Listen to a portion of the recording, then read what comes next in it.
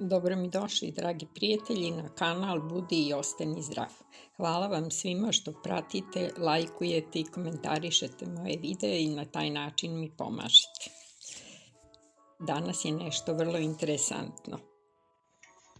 Pravim sirup od zove. To se nekad pravilo. Evo tu imam sok od nane, sok od zove, sok od borovnica, sok od ruža i nekada eurokrem koji smo pravili kad je bio embargo. A kako ću da pravim? Ovde u receptu piše 5 litara, meni nema potrebe jer nemam toliko ni cvetova. Znači 10 cvetova odvoji se od grana, ako imate negde zovu na čisto. Tu sam već sipala pola litra vode.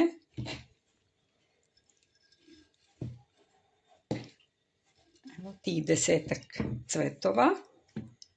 Dodam limuntus jedan i još pola litra. To treba da stoji 24 časa.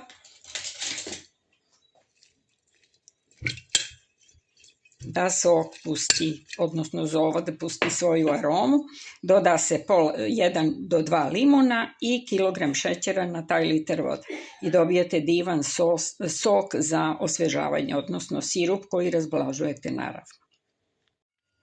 Kad je ostojalo 24 sata, do duše mislim da je malo duže, stavila sam ovde pola kilograma šećera i još ću dodati pola kilograma.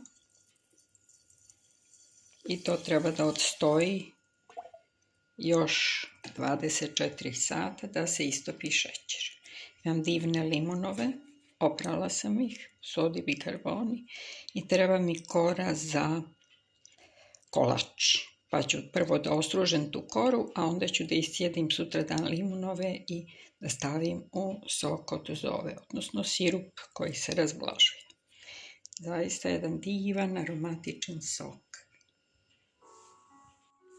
Inače, zova, neko je drugačije zove bazga, je žbunasta višegodišnja biljka i raste na tim nekim čudnovatim mjestima, može u šipražju, u šumi, na obroncima, u kamenitim predelima, a inače list i cvijet i zrele bobice se koriste kod te biljke i vrlo je korisna.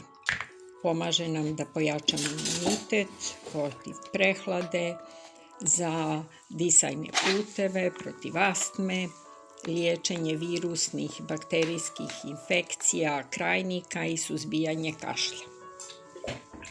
Najčešće se koristi kao čaj od listova i od cvjetova, recimo za čišćenje krvi, kao diuretik, za izbacivanje znači viška tečnosti iz organizma, bolju, kontrolu simptoma reume, dijabetesa, tuberkuloze. Zrele bobice koje su tamno ljubičaste boje, one se ne koriste nikako sveže, nego jedino ih možete koristiti kao kuvane, tipa kompota ili čaja ili džema. Bogate su vitaminom B, vitaminom C i A, antocijanima, taninima, karotinoidima. Dovoljno su slatke, tako da nema potrebe čak ni da se dodaje šećer.